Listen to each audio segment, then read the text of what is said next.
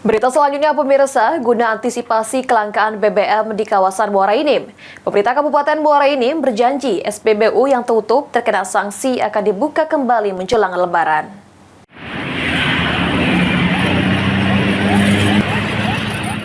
Sejumlah SPBU di wilayah Kabupaten Muara Enim terkena sanksi dan terpaksa harus ditutup sesuai dengan peringatan Pertamina guna melakukan pemeriksaan dan memenuhi kelengkapan perbaikan sanksi. Jika SPBU yang ada di wilayah Muara Enim tutup, akan terjadi kelangkaan BBM untuk memenuhi kebutuhan bahan bakar angkutan desa dan mobil pribadi. Bahkan sejumlah kendaraan arus mudik yang melintas di jalan lintas Kabupaten Muara Enim. Untuk mengatasi masalah tersebut, pemerintah Kabupaten Muara Enim sudah menyurati pihak Pertamina untuk bisa membuka sementara SPBU yang ditutup selama menjelang Lebaran. Asisten 2 Pemerintah Kabupaten Muara Enim, Ahmad Yani, mengatakan, ditutupnya SPBU di sejumlah wilayah Muara Enim lantaran terkena sanksi, sehingga pihak Pertamina bisa membuka SPBU tersebut atas rekomendasi pemerintah kabupaten, dan itu sudah dilakukan dengan melayangkan surat kepada pihak Pertamina. Rencananya 7 hari menjelang Lebaran hingga 7 hari setelah Hari Raya Idul Fitri, SPBU tersebut akan beroperasi untuk mengatasi kelangkaan BBM.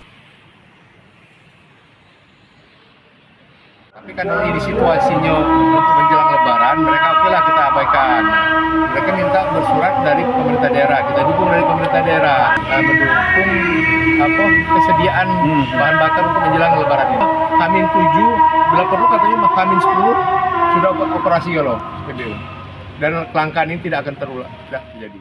Bisa dipastikan kawasan Muara Enim tidak akan terjadi kelangkaan BBM menjelang Lebaran dengan membuka SPBU tersebut. Selanjutnya, SPBU yang terkena sanksi harus tutup kembali hingga PT Pertamina melakukan kajian terkait sanksi dan SPBU tersebut. Mardiansyah, PAL TV.